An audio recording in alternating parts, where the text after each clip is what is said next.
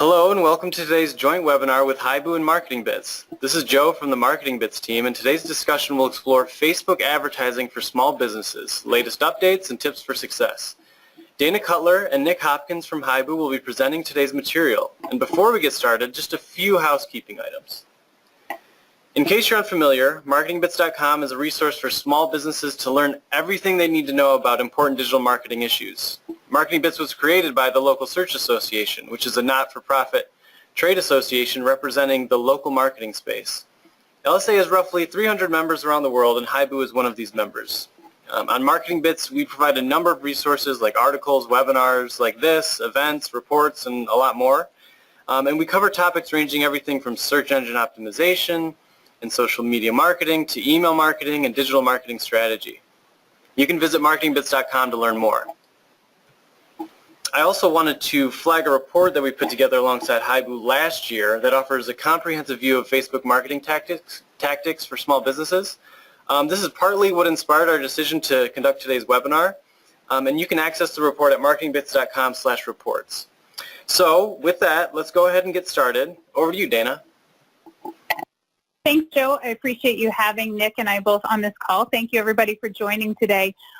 My name is Dana Cutler. I am the AVP of our digital go-to-market department here at Hibu, and we also have Nick Hopkins, who is the AVP of our digital product management with Hibu as well. So he's going to go through a little bit of this information as well if you want to go to the next slide, Joe.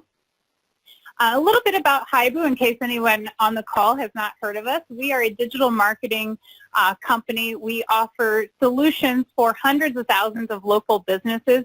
We focus on the small to medium-sized businesses across the U.S. Our solutions that we provide for businesses like yours are listings management online, as well as reviews, websites, social media, search engine marketing, online display, and search engine optimization. We partner with some of the largest names out there online, including Facebook. We became a Facebook marketing partner back in September of 2016, which allowed us to be one of the first that focused on SMBs. So we're pretty excited to talk to you a little bit more about Facebook and some of the dealings that we have with them. So if you want to go to the next slide. Some of the topics that we are going to cover today are the Facebook privacy things. You've probably seen quite a bit in the news in the last few months about Facebook's privacy, as well as some of their updates to their news feeds and their overall platform. So we're going to talk about some of those changes and how they impact SMBs. We're also going to give you some tips on how to do posts, what type of a Facebook business page you should have, and some of the information you should include on that, and then also some really effective advertising, how your ads should look on Facebook. And then we'll just go through some additional resources and things that you can reference after this call. So with that, Joe, you can go to the next slide, and I'm going to introduce Nick to talk through some of the Facebook privacy changes. Great, thanks, Dana, and hi, everybody. So you've probably seen a lot in the press recently, really starting in early 2018 around privacy on Facebook. They've been under a lot of scrutiny in Europe as well as in the U.S. They've had a lot of press coverage around that. So I wanted to touch on some of the things that have been changing at Facebook around privacy and how those might impact your thoughts about how you market yourself on Facebook. There's really kind of three areas that have come out as a result of all of this that where Facebook has made changes in their systems. The first one is around how they manage user privacy. So they've been very proactive about making changes to their systems to make it easier for consumers to go in and understand and see their privacy settings. They've consolidated all those privacy settings into one place, and then they've been proactively pushing their consumers to go into those settings and manage them appropriately, so that consumers aren't surprised about the privacy settings that they have and the access that third parties like advertisers might have to that information. The second area really is they've started limiting the amount of data that can be shared back and forth with third parties. So bringing in third-party data from other data management companies and associating that with Facebook user information. While that doesn't necessarily technically step over the lines of privacy, it doesn't expose consumer data to consumers, it does make some consumers a little a little queasy maybe about the access that Facebook has to their data. So they've been starting to squelch that a bit, and we'll talk a little bit later about what impact that has on your ability to target on Facebook. And then finally, they've tightened controls, and this is something they've been doing over the last few years. You've probably heard about the Cambridge Analytica scandal, where where access to a third-party app was given to some consumer information. They've really been tightening down the controls on how apps can access and use consumer data. Next slide, please, Joe. So the biggest impact that all of this has is really around the targeting capabilities within Facebook. So as they started to eliminate the matching of third-party data with consumer data on Facebook, they eliminated what are called partner categories within Facebook. And this is where Facebook was taking third-party data from companies like Acxiom and matching that against Facebook data to attach things like income and home ownership and other kinds of demographic and psychographic profile information against Facebook users, and allowing advertisers to use that data to target. Facebook has eliminated that as of about a month ago, and so now what's left in there is the ability for you to target around what's called first-party data within Facebook. That is information that Facebook already knows about those users, that those users have provided themselves within the Facebook experience.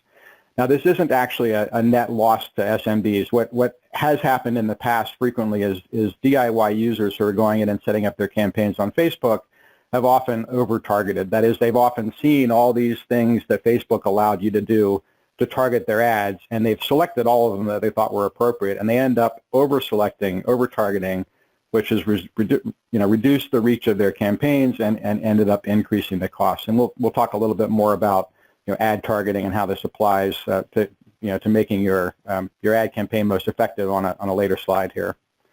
One important thing is this probably hasn't all played its way out, so that there's still privacy issues going on, still scrutiny around Facebook, legal changes and legislative changes that are happening in Europe and the U.S. So expect more of these kinds of changes to come down the pike. But so far, the impact of all this has really been limited to the ability to target around some of those detailed parameters. So the important thing to remember is that despite all this noise, despite all the press that around privacy, despite all the changes that Facebook has made, Facebook is still one of the best platforms out there for small businesses to connect with consumers. If you combine the penetration that Facebook and Instagram together have into the consumer audience in the U.S., which is enormous, with the amount of time that those consumers spend on Facebook and Instagram, it is still the largest pool of consumer eyeballs out there for small businesses to reach local consumers and engage with those local consumers and turn them into customers. So now I'm going to turn back over to Dana, and she's going to talk a bit about the changes that have happened in the Facebook Newsfeed and the implications that has on your posting strategy. Thanks, Nick. So yeah, back in January, some of you may have seen some things about Facebook changing their news feed. And while that is going to change the end user and what they're seeing in the news feed, we want to talk primarily about how this is going to affect small businesses. Mark Zuckerberg actually went on record and said one of our big focus areas of 2018 is making sure the time we all spend on Facebook is time well spent.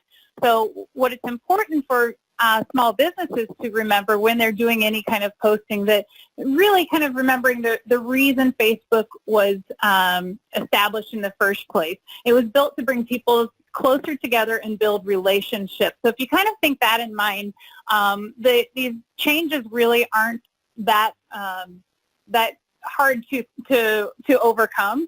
So the priority that Facebook is now giving to posts is anything that is sparking meaningful social interaction. So if you think about, most people are using this on a mobile device, or you're scrolling through Facebook, and what Facebook wants to do is make sure that things are kind of that thumb stopping, as opposed to if you look anywhere, you go to a restaurant, you go to a coffee shop, the store, you're walking along the sidewalk, everyone is looking down. They're looking at their phones, and oftentimes you see people just kind of meaninglessly scrolling through a news feed. And what Facebook is working on is making sure that consumers are, the time spent on Facebook is done more actively. So reducing the time they're spending passively scrolling where their thumb just keeps going. So they've set up their algorithms to actually rank posts based on several different factors. Number one, they really want to see that one-to-one engagement versus just reacting, just liking and so forth. So that's kind of their top thing. They're also really focused on building strong Facebook presence. So businesses that are utilizing Messenger, not only to have conversations back and forth with some of their customers, maybe setting appointments through Facebook, they're also gathering reviews. A lot of consumers, when they are seeing an ad or a post for somebody, if they go to a Facebook business page, they're looking for reviews from people that they know and trust. And then looking at the comments, a lot of conversation. Anytime they're going into comments and asking for more information, that is something that's really going to boost in the rankings. And lastly, they are still looking at likes and shares, probably just not quite as heavily. Do you want to go to the next slide, please? This all starts really with making sure you have that good presence, that good foundation, and having a strong Facebook business page. It is really important. Most of you on this call today probably understand the importance of a website and making sure that it has all the information that is going to attract consumers to you. It's oftentimes the deciding factor between you and maybe one of your competitors. And really, the Facebook page is very similar to that. More and more people are going on there for information, making sure it's built out in a robust manner and has complete complete information out there. You can see as an example here, making sure there's a focus area for services, offers, posts, their reviews. All of these different items make that complete page, and you really want to match that information to your website. So you have a cohesive approach. If somebody sees this and then goes to your website and then later they see another post in their feed or an ad, it reminds them because of that brand marketing. And if you want to go to the next slide, please. So let's talk a little bit more about posts and how these newsfeed changes, what they mean to you as a small business, small to medium-sized business.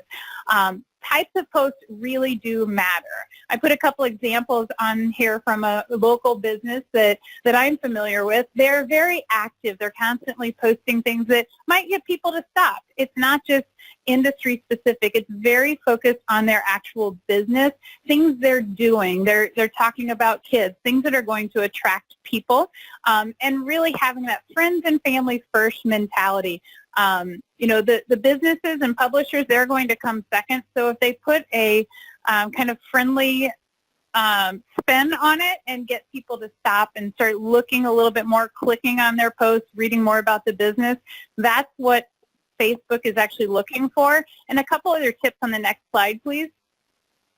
Is really talking through when you or someone in your company is doing posts on behalf of the business, you want to make sure that you are actually posting quality versus quantity. A lot of people think, oh, I'm going to post every few hours each day.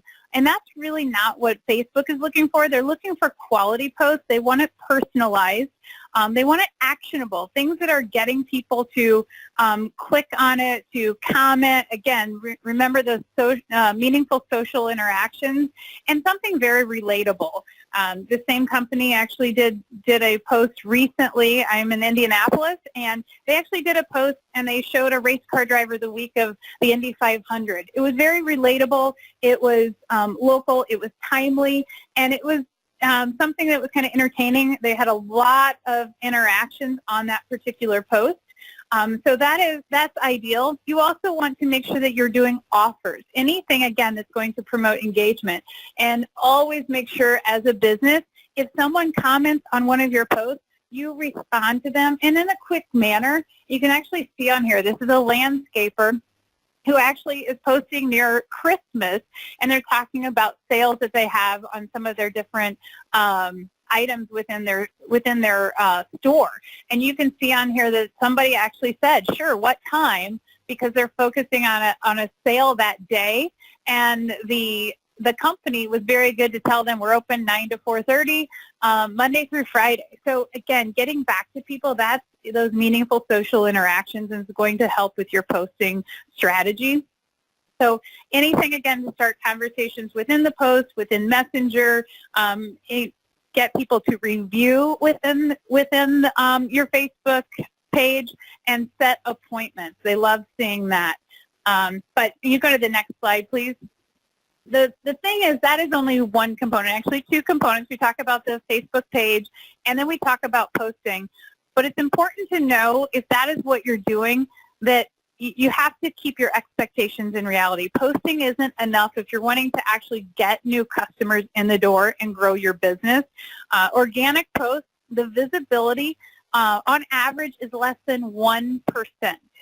So, keeping that in mind, that posting alone isn't going to do it. Now, boosting posts, a lot of people have asked that. It is easy, it's cost effective, but it is optimized to get likes. And as we talked about earlier, likes is one of the features of that algorithm of ranking, but it's really not grabbing new business. Excuse me, it's not designed to reach the new customers and drive that awareness. Ads are where you're going to do all of that. You're going to bring in new customers. Facebook gives preference to optimal ad types. So you want to make sure when you are running an ad campaign, and Nick will talk about this a little bit more, that you're focused on either reach, traffic, or leads. Bringing all of those three things in there, making sure that your ads are built with those objectives. Also putting a Facebook pixel on your website so that you're able to then track when somebody clicks on your website, and you're able to optimize your ads well. And, with increased demand, which we see more and more, there's more competition to get into somebody's newsfeed. So that is increased demand. So we know that ad costs are likely to rise, but the optimal ads, things that are tested and are working well, those are going to be the most cost effective. And with that, I'll turn it over to Nick so he can go through some of those tips for your ad campaigns. Great. Thanks very much, Dana. So as Dana said there, if you want to grow your business on Facebook, it's important to go beyond just posting and putting organic content out there and really be able to run effective ad campaigns. And there's three elements that make a campaign effective on Facebook. The first one is really choosing the right objective. And so Dana talked a little bit about objectives. Objective in Facebook terminology just means the outcome that you're trying to get from the ad. Facebook as a system supports probably a dozen or so different objectives. It's growing all the time. They include things like app installs and video views and the like. But for most small businesses, they're usually focused on three things. One is reach, and reach just means getting your ad and your message out in front of as many users on Facebook as possible. Traffic, which is really about bringing those users back into your website in order to do more consideration around your business, learn more about your business. It's more of a direct response kind of mode than a brand building mode. And then leads, which is really capturing information about consumers who want to do business with you and being able to remarket to those users. We're also seeing increasing interest around messaging. Messaging is another objective that's available within Facebook, and as Dana mentioned before, messaging is a key signal about one-to-one communication between consumers and businesses that really lets Facebook see the value of your business on Facebook. The second area is really around ad targeting. I mentioned this a little bit before with the deprecation or the removal of some of the third-party data that's being used or had been being used within Facebook before. This is really about keeping your audience broad and not over-specifying, but still targeting people who are relevant to your business. So if you want to reach, say, millennial females, it's still appropriate to go in and select females as your target audience and select an age range perhaps for your target audience.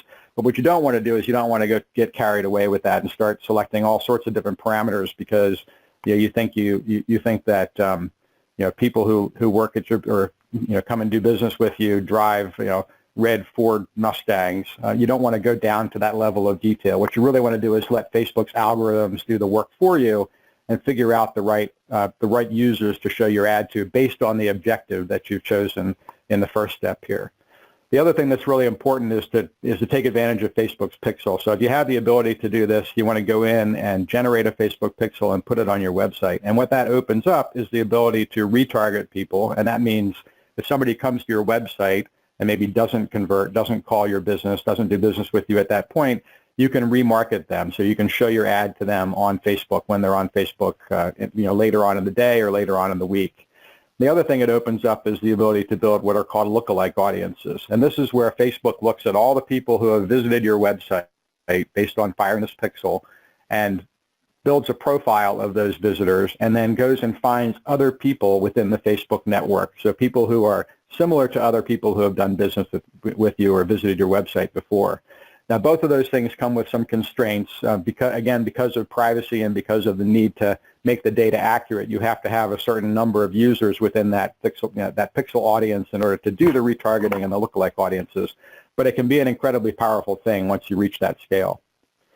Then the third big thing is really to focus on ad quality, and we'll show some examples of this in the next couple of slides. It's really important to remember that a lot of users are going to be coming in and seeing your ads on mobile devices, so you want to choose images that are mobile friendly, but there's some other important things as well. Next slide, please.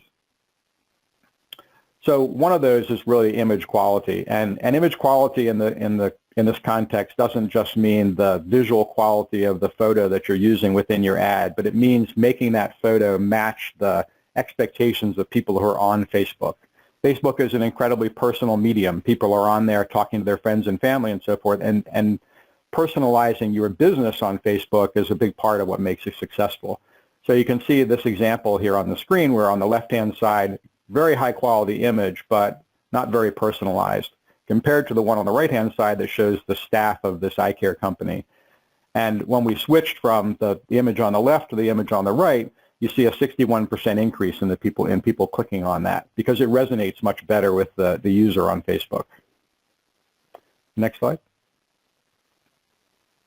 The other thing that's important to realize is that it's easy to look at those images on the previous slide and see the difference between them, but consumer response is really unpredictable. What you think is the best image for your ad may not actually be what works best with consumers. So it's really important to test.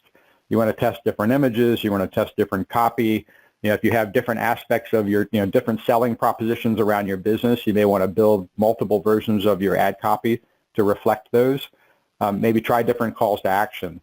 Facebook supports a variety of different calls to actions like call or message or learn more, and you may want to try those because they'll generate different response from consumers as well. And you can also try different ad formats. Again, static images, video, slideshows, et cetera. Facebook supports a whole range of different ad formats. And different placements as well. You can select, whether you want to open up Instagram, Messenger, and Marketplace for your ad campaign to run as well as just in the normal kind of core newsfeed. And then it's important to really keep your ads fresh. So you want to keep a supply of good images that are working well, rotate those through. Seasonality for some businesses is important. You want to make sure your message makes sense in the context of the user who's coming in and what they're looking for from your business. Next slide. And here you can see an example of this. This is a campaign where we were doing A/B testing between two images. If you look at the one on the left-hand side, you could argue that that's a more stunning, more visually appealing, more artistic image. But when we actually ran this against the image on the right-hand side, that drastically outperformed the one on the left. And again, that's around the personalization of that. So you can see as you bring the business owners in, you show them standing with their equipment.